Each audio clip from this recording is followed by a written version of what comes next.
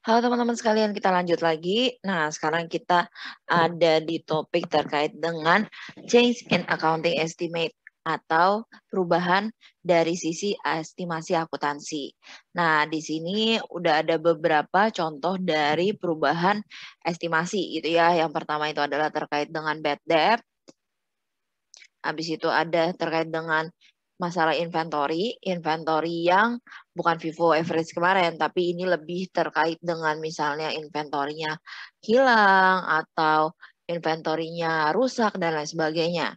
Oke, habis itu terkait dengan useful lifetime, residual value, deferred cost, liability dari warranty, dan income tax. Terus habis itu ada terkait dengan recoverable mineral reserve, ini ngomongin terkait dengan mineral-mineral, dan dari depreciation estimate. Nah, ini bisa dibilang terkait dari cara-cara atau metode-metode depresiasi. Jadi metode depresiasi itu tidak masuk ke dalam change in accounting policy ya, tapi masuknya ke change estimate. Kenapa? Karena depreciation itu kan sebenarnya bisa aja tidak dilakukan sama perusahaan, tapi perusahaan itu lebih memilih untuk melakukan itu karena apa namanya, mereka itu mau menyisihkan anggapannya atau mereka itu mau membebankan nilai kapitalisasi dari aset itu nggak sekaligus, makanya mereka pakai depreciation. Nah, depreciation-nya balik lagi, mereka milih mau straight line, mau double decline, sum of the digit, atau unit of production, itu dari bagaimana perusahaan itu menggunakan aset tersebut, gitu. Ya, makanya dia masuknya ke dalam change estimate, bukan change policy. Dan yang terakhir itu adalah fair value dari financial asset sama financial liability. Karena kadangkala terkait dengan fair value ini ada estimasi-estimasi yang harus kita lakukan gitu. Apalagi terkait dengan financial asset dan financial liability. Oke, kita akan masuk terkait dengan bagaimana perlakuan untuk change in accounting estimate atau perubahan pada estimasi akuntansi. Kalau perubahan estimasi akuntansi seperti yang sudah pernah saya jelaskan di video part 1, itu kita akan pakai yang namanya prospective reporting. Nah, yang berubah itu adalah periode sekarang aja dan periode di masa yang akan datang. Oke, sekarang ketika perubahan terjadi maksud saya dan future. Karena si IASB itu melihat bahwa perubahan estimasi itu normal dilakukan sehingga perubahannya hanya terkait dengan adjustment. Walaupun normal, tapi bukan berarti dia boleh dilakukan setiap saat. Karena balik lagi terkait dengan masalah comparability. Oke, di sini ada contoh dari Arcadian HS, dia membeli equipment dengan harga 510, di mana perusahaan mengestimasi awalnya useful lifetime-nya 10 tahun dengan service value atau nilai sisa 10.000 pada akhir periode. Depreciation-nya direcord 7 tahun dengan menggunakan straight line basis. Pada tahun 2019 yaitu tahun ke-8 di mana perusahaan itu merubah jadi total estimated useful life-nya harusnya bukan 10 tahun tapi 15 tahun. Dan karena ada perubahan estimate life-nya ini, maka nilai sisanya pun berubah dari 10.000 menjadi 5.000. Oke, jadi teman-teman di sini ada dua perubahan. Yang pertama, useful life-nya. Oke, useful life-nya dari 10 ke 15 dan residual value atau salvage value-nya dari 10.000 menjadi 5.000. Oke, nah sekarang mungkin saya akan bikin sebelah-sebelahannya supaya enak ngitungnya. Harga perolehan dari aset ini adalah 510.000. Umur itu adalah 10 tahun. Dan nilai sisanya itu adalah 10.000. Oke, berarti kita ngitung dulu nih. Depreciation tahun pertama sampai dengan tahun ke-7. Ya, lalu baru nanti kita bakal ngitung yang tahun ke-8. Oke, nah sekarang tahun ke-1 sampai ke-7 kita hitung dulu. Depreciation per tahunnya. Asumsi ini kan dibelinya di tanggal 1 Januari ya. 1 Januari 7 tahun sebelumnya. Ya, 7 tahun sebelum tahun 2019. Jadi kita bakal ngitung per tahunnya itu adalah 510. Kita kurang dengan nilai sisanya 10.000, lalu kita bagi 10.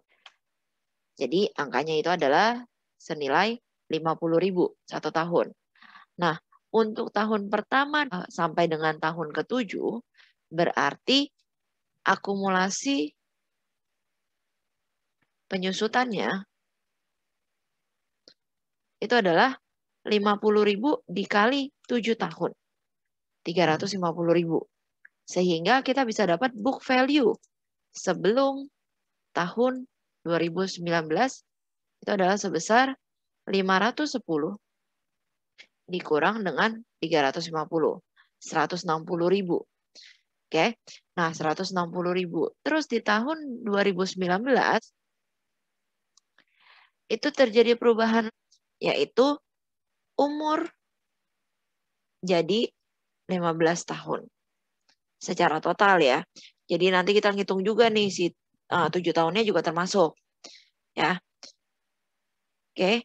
Lalu dari sisi nilai sisa itu jadi 5.000. Oke. Nah, sekarang kita lihat nih depreciation tahun ke-8 berapa sih gitu ya.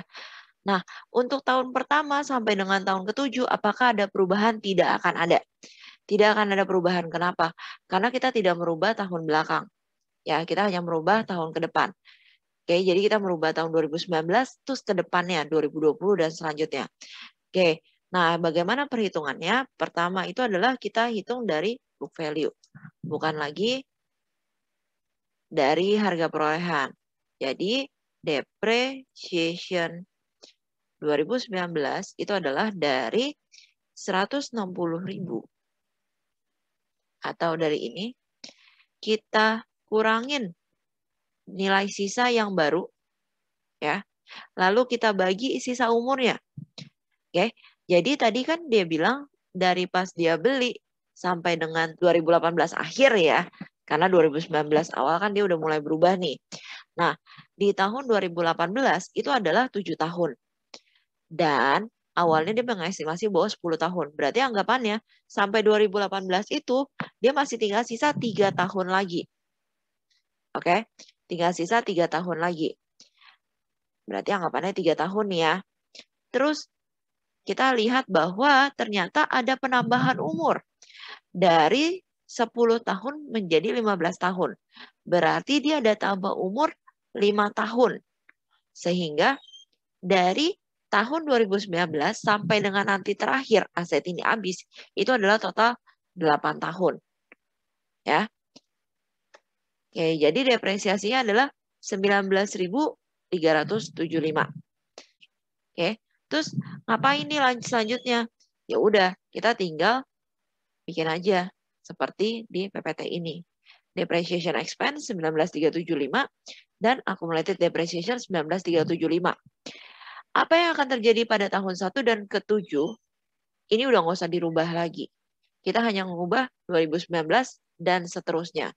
Nah, jadi seperti itu teman-teman. Untuk yang prospektif. Jadi prospektif itu kita udah nggak ngeliat ke belakang lagi, tapi kita langsung ngeliat dari posisi tersebut ke depan.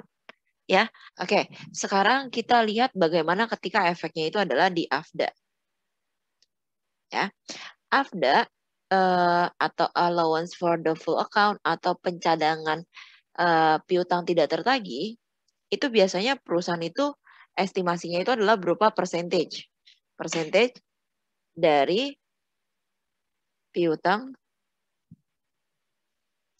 tidak tertagihnya. Nah, misal ini ada perusahaan itu punya account receivable sebesar 10 juta di tahun 2018. Oke, dan persentase dari AFDA-nya itu adalah 10%. Oke, nah berarti kan ketika bikin jurnal untuk tahun 2018, dia akan bad debt expense dan AFDA sebesar 10 juta dikali 10%. Oke, dapatnya adalah 1 juta. Nah, misal di tahun 2019 perusahaan itu mengubah AFDA-nya atau persentase dari cadangan piutangnya menjadi 12%. Nah, tahun 2019 asumsikan posisi AR-nya atau piutangnya itu adalah sebesar 20 juta. Naik nih ya ceritanya. Nah, ingat bahwa AFDA itu kita harus ada beginning dan ending. Ya, berarti kan kita ngitung dulu nih ending untuk tahun 2019, ending AFDA nih ya. Ending AFDA itu selalu dari posisi tahun tersebut. Ya, misalnya tahun 2019, endingnya itu adalah si tahun 2019. Oke. Ini berarti cadangan piutang untuk tahun 2019 itu adalah 2.400.000. Ya, tapi jangan lupa bahwa sebelumnya itu udah pernah ada 1 juta. Sehingga yang akan masuk ke dalam pencatatan tahun 2019 itu adalah berupa bad debt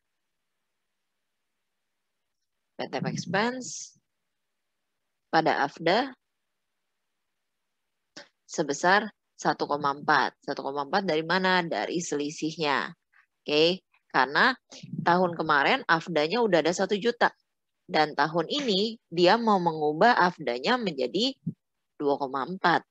Sehingga tinggal tambahin 1,4 aja. Itu ya. Jadi nanti persentasenya ini ya tetap berlaku yang 12%. Yang lama itu udah nggak berlaku lagi. Jadi untuk yang depreciation, AFDA, residual value terkait dengan perubahan estimasi itu mestinya jauh lebih gampang dibandingkan dengan yang sebelumnya terkait dengan perubahan metode. Itu kita harus pakai retrospektif dan lain sebagainya. Kalau ini saya rasa cukup mudah. Oke. Dan bahkan ketika kita mau pindah metode depresiasi pun itu nggak sulit sebenarnya. Jadi kesimpulan terkait dengan yang namanya estimasi, apabila itu terkait dengan depreciation, yang pertama harus kamu lihat itu adalah berapa book value ketika perubahan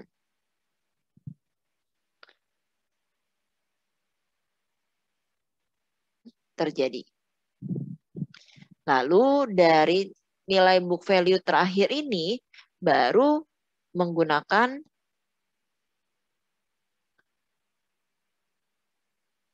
estimasi baru. Estimasinya bisa berupa perubahan terkait dengan cara depresiasinya. Cara depresiasi ini berarti kita ngomongin straight line ke double decline, straight line ke sum of the year digit, dan lain sebagainya. Atau secara umurnya, umur bisa nambah, bisa kurang. Oke, jadi kita nanti tinggal adjust aja, sesuaikan dengan yang sebelumnya bagaimana. Dan juga nilai sisa. Ya. Nah, untuk contohnya AFDA itu biasanya dia berubah itu adalah persentase penyisiannya. Ya. Jadi mungkin bisa kalian perhatikan nanti mungkin jika ada waktu saya akan melampirkan terkait dengan bahas kasusnya untuk yang materi-materi yang udah kita bahas ini. Dan sepertinya untuk topik yang perubahan estimasi ini sudah cukup dan sudah selesai. Nanti kita akan pindah ke bagian error, yaitu adalah part terakhir dari topik accounting change ini. Oke, jadi teman-teman silahkan nanti boleh dilihat untuk part terakhirnya dan boleh dipelajari sehingga nanti kamu bisa lebih mengerti secara full. Oke, kalau kayak gitu teman-teman, thank you untuk perhatiannya and see you next part. Bye-bye.